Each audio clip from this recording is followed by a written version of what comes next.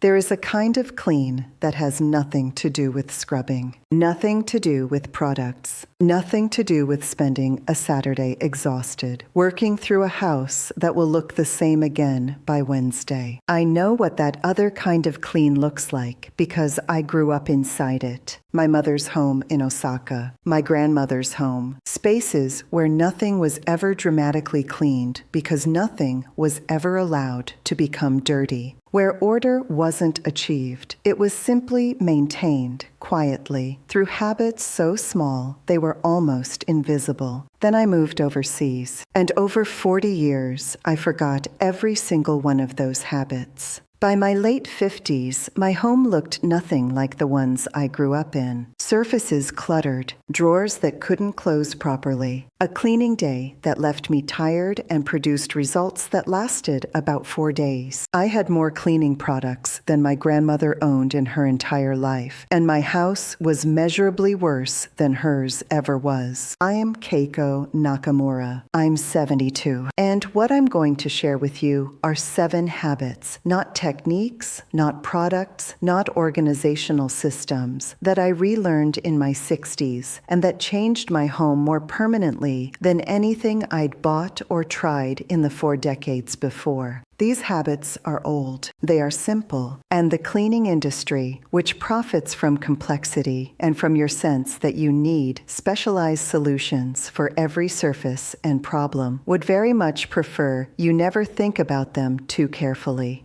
Let's start. Habit 1. Everything has one place, and forte adikafaitheis, and it always returns there. When I was a child in Osaka, I never saw my mother search for anything. Keys, scissors, the good knife, the spare buttons. She went to where they lived, and they were there. Not because she had an exceptional memory, because things didn't move. They had a place. They returned to that place every single time. This sounds so obvious, it barely seems worth saying. And yet, look around the room you're in right now. How many things are there because they drifted there, not because that's where they belong? The drift is how clutter accumulates, not dramatically, not all at once. One object put down temporarily in the wrong place, then another, until the surface is claimed and stays claimed. My mother would have put each of those things back before the drift could begin. The habit is not tidying. Tidying is reactive. You address the accumulation after it's happened. This habit is different. It's returning things immediately as a reflex, so accumulation never starts. I began rebuilding this habit at 63 with the smallest possible version. The television remote always went back to the same spot on the table. The keys always went on the hook by the door. That's all I started with. 2 things, 2 places, always. Within 2 weeks, something had shifted in how my home felt. Not because 2 items were consistently placed, but because the habit itself had begun to extend. The logic spread. Other things started finding permanent places. The drift slowed, then stopped in room after room. The commercial organizing industry sells you boxes, labels, drawer dividers, and storage solutions. None of it works without this habit underneath. With this habit, you barely need any of it. Habit 2. If it takes under a minute, do one triga. My grandmother never let small things accumulate. A drop spilled on the counter was wiped before she moved to the next task. A cup rinsed immediately after use. A cloth refolded and returned before leaving the room. Not because she was anxious or perfectionistic, because she understood something about how small things compound. A minute of immediate action prevents 10 minutes of later reaction. More importantly, the undone thing doesn't disappear when you leave the room. It is away. It follows you. It sits at the edge of your attention, a small weight added to all the other small weights, until the cumulative heaviness is something you can feel but can't quite identify. I spent decades doing the opposite. I would see something that needed doing, en bia furt show day and ching tuke, and dutir dish a piece of mail, a cloth on the counter, and unsek baitao, and geo dance.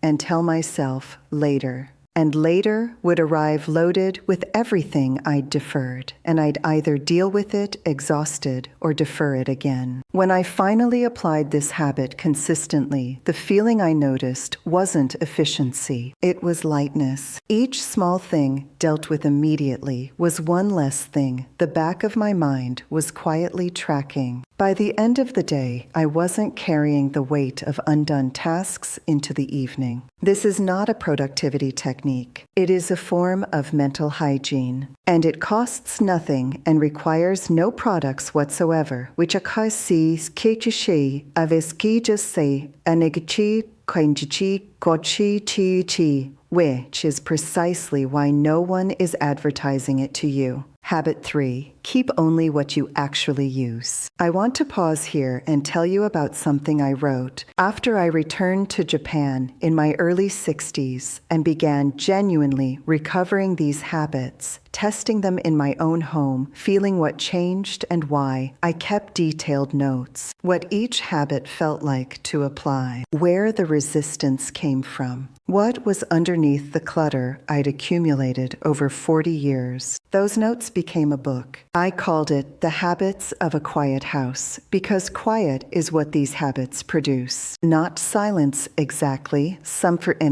enchachikechetai, saganaki, sachitai, and something more specific. The quiet of a house that isn't demanding anything from you, that isn't cluttered with unfinished business, physical or otherwise. The chapter on this third habit, keeping only what you use, is the one I find hardest to read now without feeling something. Because writing it meant being honest about what I'd been holding on to and why. And that honesty was uncomfortable before it was freeing. The book is in the pinned comment below. I hear from readers regularly. Margaret from Ireland wrote to say she'd finally cleared the spare room that had been unusable for 3 years after reading it. She said it took 2 afternoons and she cried once and felt better than she had in years. Kenneth from Australia said the chapter on this habit was the first time he understood that his cluttered house wasn't a laziness problem. Dorothy from Canada said she gave the book to her daughter and they sorted through the house together, and it brought them closer than they'd been in a long time. It's there if you want it. Back to the habit. In my mother's kitchen, every item had earned its place through regular use. Nothing was there because it had been expensive, or because it was a gift, or because it might be useful someday. Those reasons, expense, guilt, hypothetical future need, are how drawers fill up with things that cost you attention every time you open them, even when you're not consciously thinking about them. My grandmother said something I remember clearly. A thing you don't use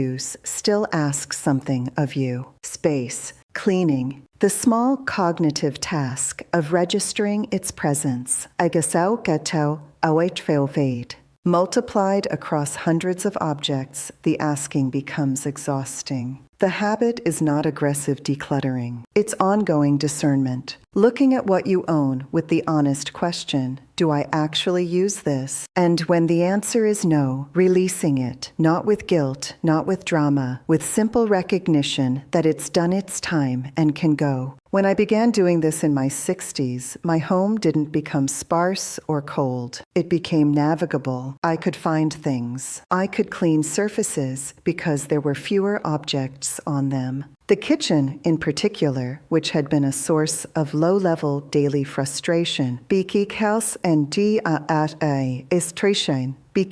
a room I enjoyed being in. Habit 4. Close the day with 5 minutes of order. Before I sleep each night, I do 5 minutes. Not cleaning, resetting, The distinction matters. Cleaning addresses what's already accumulated. Resetting prevents accumulation from carrying over into the next day. It's returning the house to its neutral state before you stop using it for the day, so that when you walk in tomorrow morning, you're not immediately confronted with yesterday's unfinished business. My mother did this without thinking about it. The kitchen was put back to its starting position after the evening meal. The living room returned to order before bed. The bathroom left ready for morning. It wasn't a routine she'd invented. Ipoy an shifai, skakijai, anektastai, adai and diga it wichir. It was simply how the day ended. When I finally rebuilt this habit in my own home, what struck me first was the mornings. I'd been starting my days inside the residue of the previous evening. Anyakamachi kakfori, and dice inai.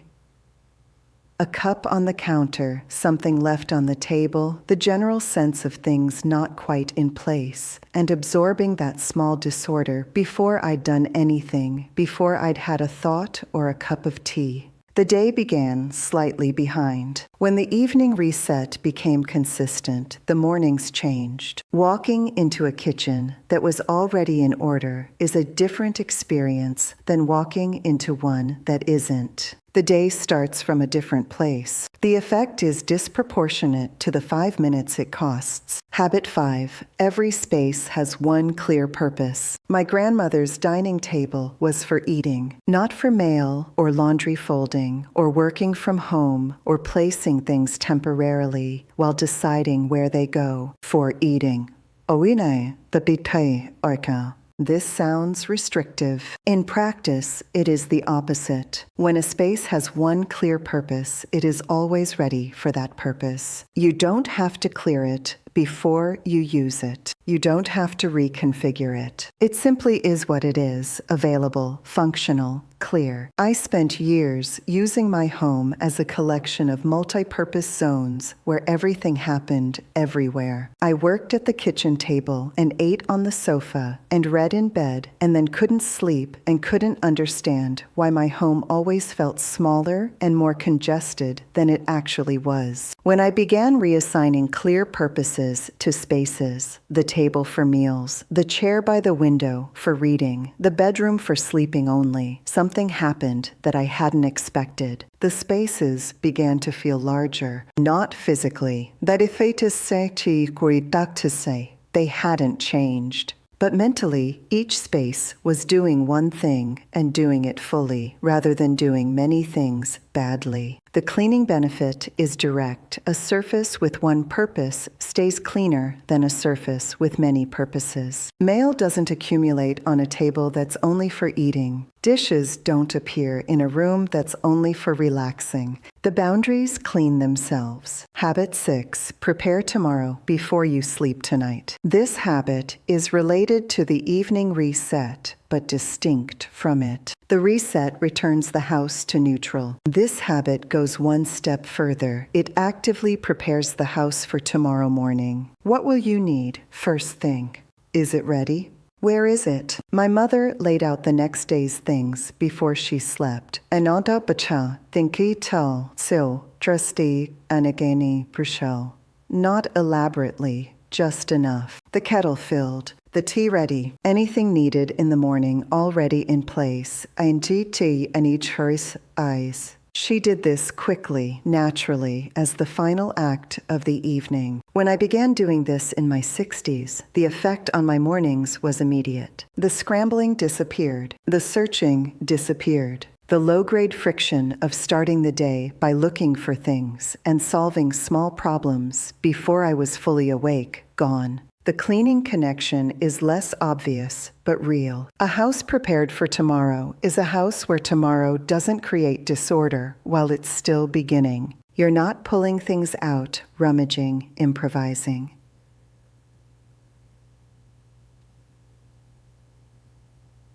You're moving through a space that's already arranged for you. Less mess is created. less cleaning is needed. Habit 7, care for what serves you. This is the one that took me longest to understand, and the one that now seems most important. My grandmother treated her possessions with care, not sentimentality, care.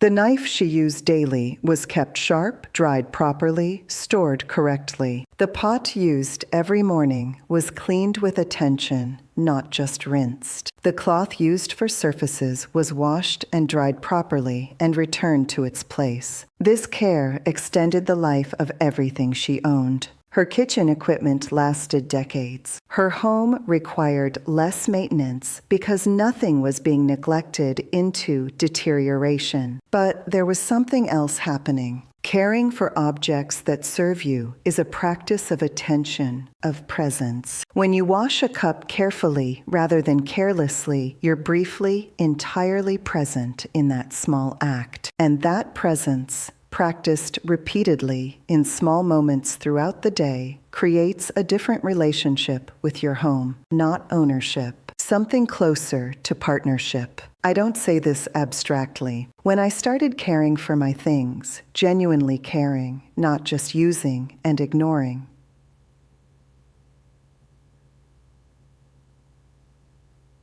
my home started feeling different in a way I still find difficult to articulate. Less like a space I was managing, more like a space I was living inside attentively. And practically, things that are cared for stay clean. Surfaces regularly wiped don't accumulate grime.